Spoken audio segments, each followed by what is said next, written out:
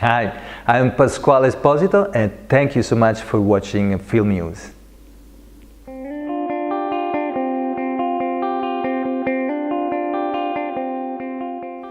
Pasquale Esposito, it's great to see you. How are you doing today? Well, freezing cold today, but I'm doing really good, yeah. Yeah, -5 in London. You don't see it too often. Unbelievable, really. And you have to know, I'm coming from Germany. Yeah. You know, but I didn't get so much cold like here. My word. Yeah. We're in the beast from the east. Yeah, I wrote on the newspaper today, yeah. Anyway, you play mafia boss Eduardo Arenella in Gomorrah season 3. Did Yes. you enjoy the role? A lot. Yeah? Yeah. It was a great. You have to know. I mean, I could talk a lot, so you have to stop me because it was an experience when I got the script. Yeah. I didn't know Gomorrah, the TV series, so I went back and said, okay, let me watch because I have an audition. I have to prepare myself. So I watched the first season and the second season, and I talked to my wife. I said, you know what? I'm not sure if I want to do this. Too violent, dark. I had a lot of judgment, but because I had 3 callbacks, you know, the first audition I sent a self-tape from Germany because I live in Germany. Yeah. And then during the process to prepare myself, I got so into this man. And I was wondering, should be a way, I mean, they are human beings, of course, they choose, let's say, a dark road, if I may say. But they are still human beings, so I was wondering what is behind these people. I mean, and I discovered a lot of things. I do think they are amazing people. We are talking about people with some kind of capacity, like almost the absence of fear. You know, they are so calm. They can face and stand in front of possibility to die.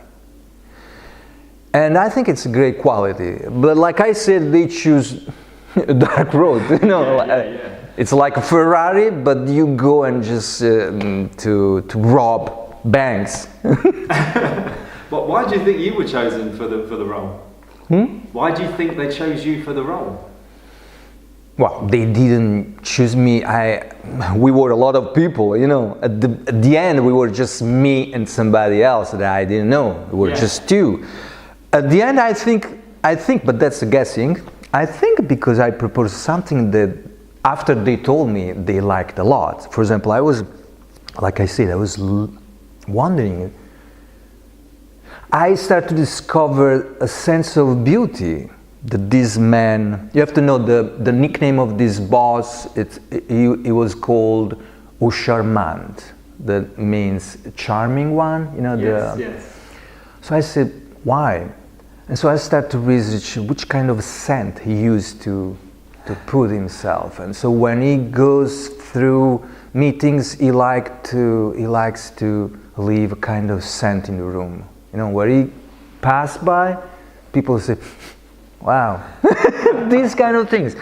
And so a sense of beauty. And at the end, I was walking in a certain way, I was talking in a certain way, and they love it. Excellent. I mean, were you warmly welcomed into the Gomorrah filming family? Yeah, absolutely. I felt great. I have to say, I can spend a lot of good words about production. They were amazing, an amazing crew, an amazing productions. And let me also say, we're talking about Sky Atlantic in collaboration with Cattleya. They took a challenge to invest in a TV series spoken in slang, Neapolitan slang, totally. Yeah. Plus, not even one actor that is famous, and they won. I mean, we are talking about a TV series who is one of the, I think in the New York Times, there is an article, it says it's the 3rd TV series in a list of 10 the best international TV series. Yeah, I mean, it's a fantastic show. Yeah, it is. It keeps you captivated. It is, yeah. the beauty. But what were the biggest difficulties you found in filming, if any? It's well, I didn't find so. Maybe because it was so nice. It was so. I went through so nicely. Maybe the only thing was sometimes it was hard because we shot during the night, and they want to have the best, and I like that. You know, so when. After 8 hours, you're still on the set, and you have to be fresh, and you have to be ready to deliver whatever you need to deliver. Yeah. And that was maybe when they pulled so much, but I didn't feel bad. I still felt part of a big production. Yeah, yeah. So everything was. I can only say beautiful things about my experience. Claudio Cupellini as a director? Oh, he's great. Yeah? He's great. You have to know there are two directors. Yeah. One is Claudio Cupellini, and the other one is Francesca Comencini, because her father was a famous writer. So, but they are totally different. So while with Cupellini, he loved me. He left me like a free horse to jump out and ride. She was a bit different. She wanted to know what am I going to do, and I really love to stand up and really leave open whatever I say, whatever I do. And of course, I'm responsible for the camera. If there is the camera here or there is a camera over there, of course, I'm a professional actor. I know. But still, it's so great when you meet a director like Cupellini that he gave me a chance to say, Pasquale,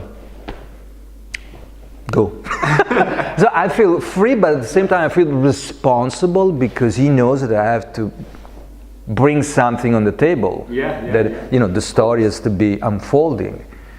And have you read Roberto Saviano's book, Gomorrah? Yeah. Yeah? Yeah, and unfortunately I didn't meet him, but he's one of the main people in this collaboration, and I really have him in great estimation. I mean, I think he chose a very dangerous and difficult road to walk. He's young, and I didn't meet him, but I would have loved to meet him because I really think he chose to stand up for something. Yeah. You know, he's from Naples, and he spoke out things that he saw. He didn't invent it, and I think you know that he cannot walk by himself in the streets.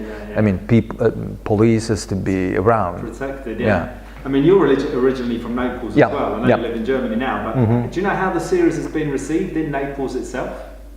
That's a good question, because there is a kind of half and half divided. Because people, they love it, and they see that actually a lot of tourism come to Naples because you see the beauty. And by the way, in this third season, the one that I'm in, that's the first time that you see the story coming in the center of the city. Because the first and the second season, they have been shot in Scampia, that's outside of Naples, a little bit outside of Naples. And it's very famous because of Gomorrah now. But this season, completely in the center of Naples. So you see this small street that a car cannot pass through, and you see the kids playing the balls, and then churches with so many amazing pieces of arts inside. It's so beautiful. And so there is half of people who thinks that great, and other half they think that it's a bad example, it's a bad exposure of the city in front of the world, because they think it's a violent city. But if I may say what I think is It's true.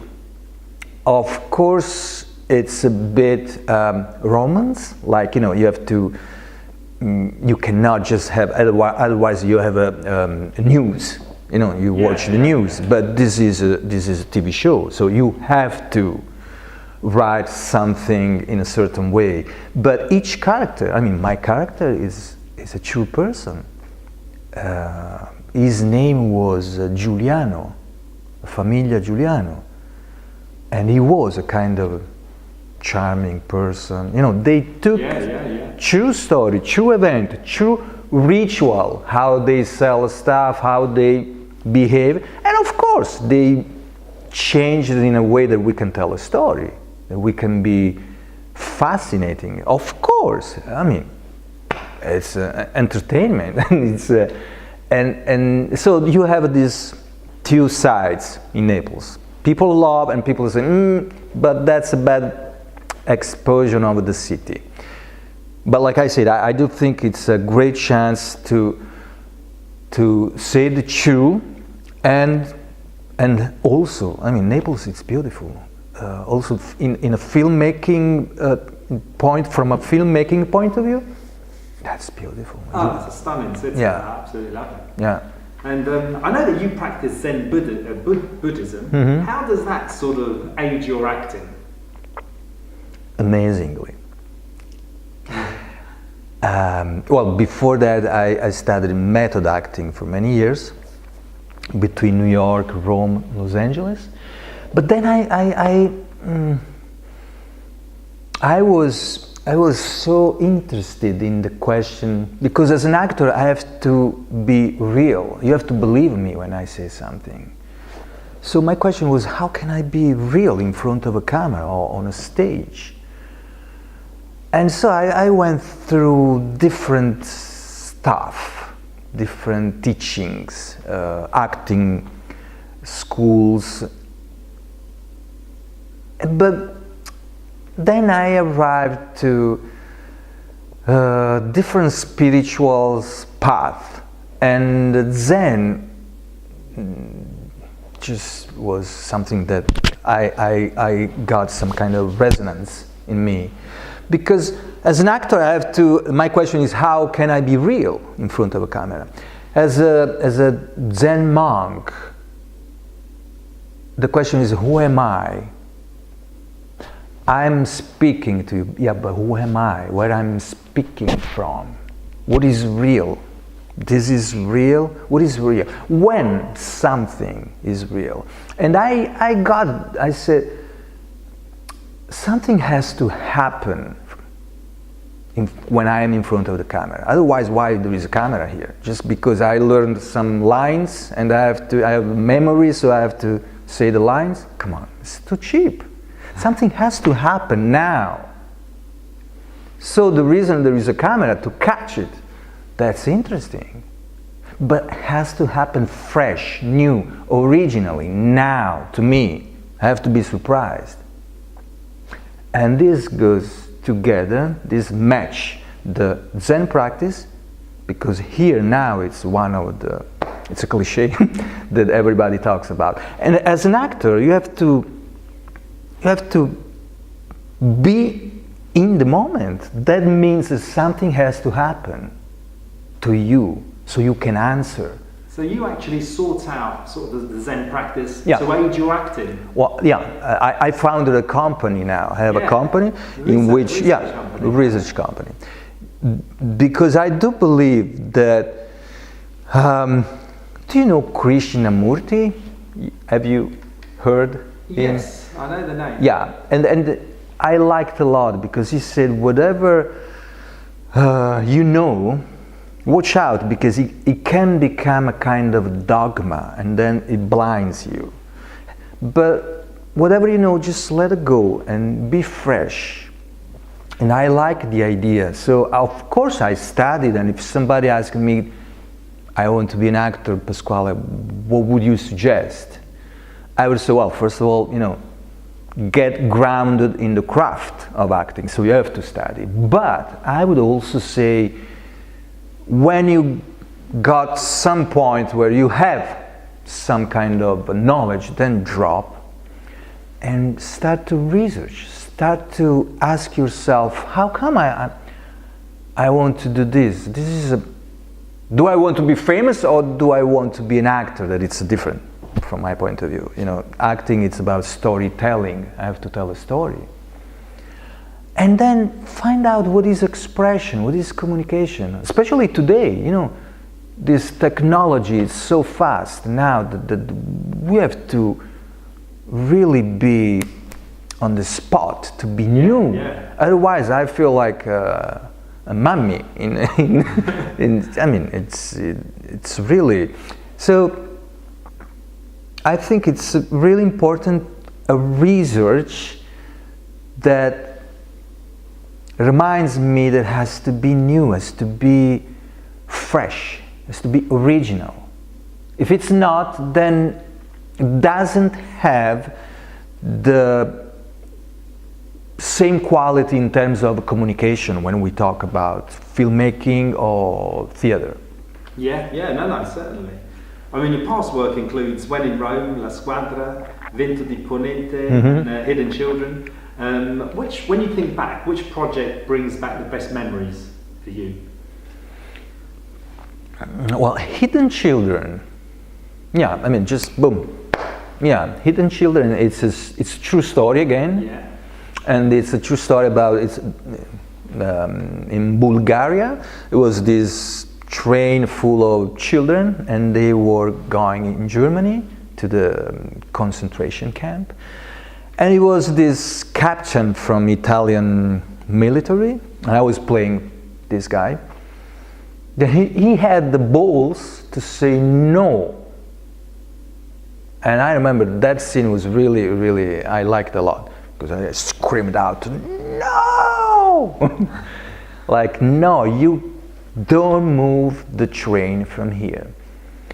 It was again, we shot in a cold environment, because in Sofia it was so cold. But everybody gave so much. In fact, we are talking about, I think he won 10 awards. Yeah, won yeah. Very well. Yeah. And you know, when did your love of theatre and acting begin then? Is it a lifelong? Yes, it's. I was in Naples, because you have to know I left when I was 16. Just left. I grew up in Rome, and then I left to Los Angeles, and then back Italy. Yeah, like 15, 16 years old, I was playing extra in different movies. I liked a lot. And of course, I can easily say it was from my narcissistic stuff that I want to be seen, I want to be beautiful, I want to be the best, I want to be the one. and yes, but now I'm 54, and I can accept, I can see all these things, and I can step in a different room, let's say, and enjoy, because it's a beautiful profession. It really is. Yeah, no, absolutely. I mean, everyone has a lucky break along the way. What would you say that? Where did your lucky break happen, and what was it? Well, I mean, this Gomorrah, it's really, I think it's the best chance that happened to me, because everybody watched it. Yeah. Everybody. It's been sold in almost 200 countries, and now will be. Oh, by the way, it's still on in UK. Yeah, absolutely. And it will be in springtime. It will be in USA on Sundance TV. So it's I think that's the best thing I did in terms of popularity. Yeah. But I was answering some questions for a different interview, and I was reflecting about, because for me I won an award for this role. Yes. And there was a question about that, and I said, yeah, of course I'm I'm happy. It's kind of recognition of what I do in my profession. But still, it doesn't change. What I want to say is that Gomorrah gave me a lot of chance, and I'm glad. But I'm still the one that I was before. I love this job. I will keep going. I have my company. This is something that starts from here. And there are also, I know, there are a lot of actors better than me that nobody knows. And so I want to focus on the fact that, of course, an actor needs to be seen. At the same time, you can really be a good actor, a great actor, and not be famous so nobody knows you. Absolutely, but you still, you still have, your company. You still do your profession in a wonderful way. I just like to focus on this. And if you had to think of a dream role that you'd love to act, what would it be? Nice question. What would be?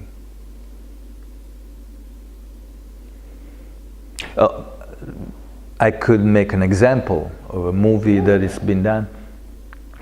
Well, you have to know I love Marlon Brando. So, for example, I love the movie Last Tango in Paris. I would love to do something like that, where there is a character who can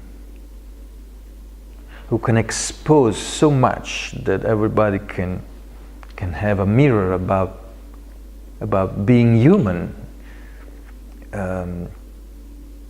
And there are different, like this one. This one is a bad guy, let's say. But a bad guy, a good guy, it's still a guy. It's still a human being. And as a human being, there are a lot of stuff. You can cry, you can be angry, you can be sad. And so I would love to play something that's not so much closed in a cliche type of person. And today there are very nice screenplay. Yeah. Excellent. And what other projects do you have in the pipeline coming up? For example, this one I love to be part of. It's a project called Private Notes by Fabio Zito. He's an Italian screenwriter. I wrote the screenplay and I fell in love. I said, wow, what a beautiful story. And I can say the story because he gave me the permission. So in few words, it's a story.